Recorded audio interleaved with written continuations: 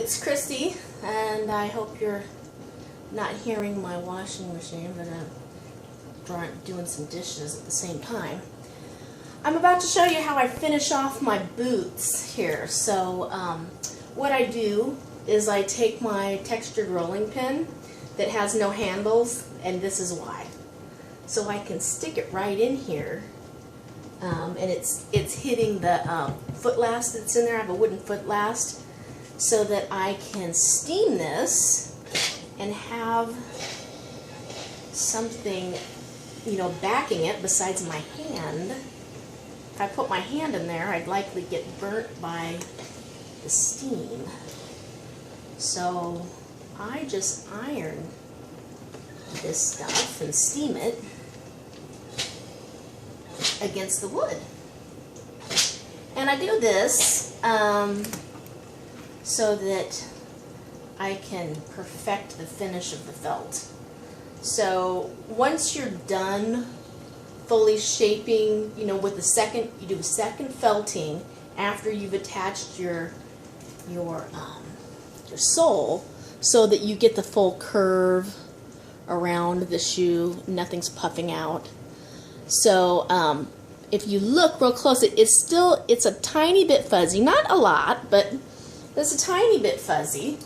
So once you steam that wool on there, it just sucks it to back to the rest of the felt. I don't think it singes any little pieces off, although you certainly could do that.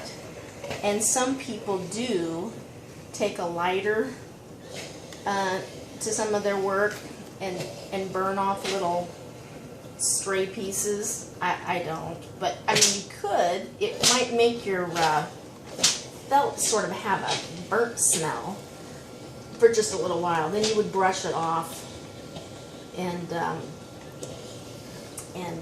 you would have no smell. I've done that as an example to some shoes before to show people how they don't burn.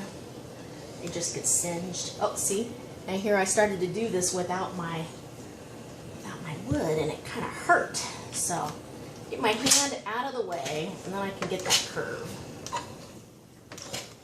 So you just steam away. Make sure you've got your iron set to nylon, silk, and wool, so that you don't accidentally singe your work.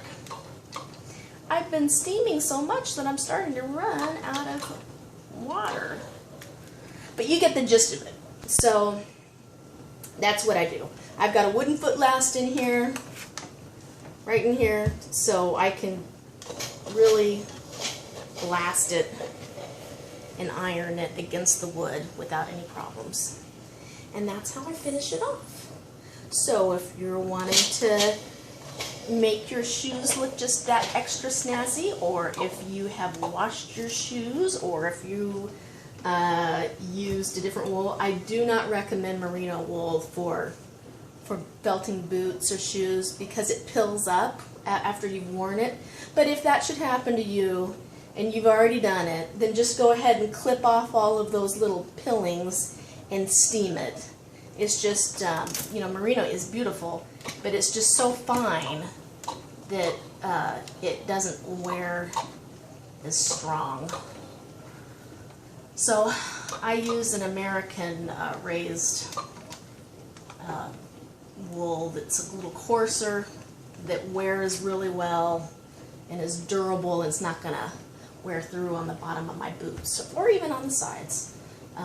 So just keep that in mind when you're choosing wool for shoes. Merino is beautiful for next to the skin. It is beautiful for sweaters, but it is not the best choice for shoes, in my opinion. All right? Okay, well, you get the gist of it. That's what I do. And that's Christy Day at Wool Envy signing off.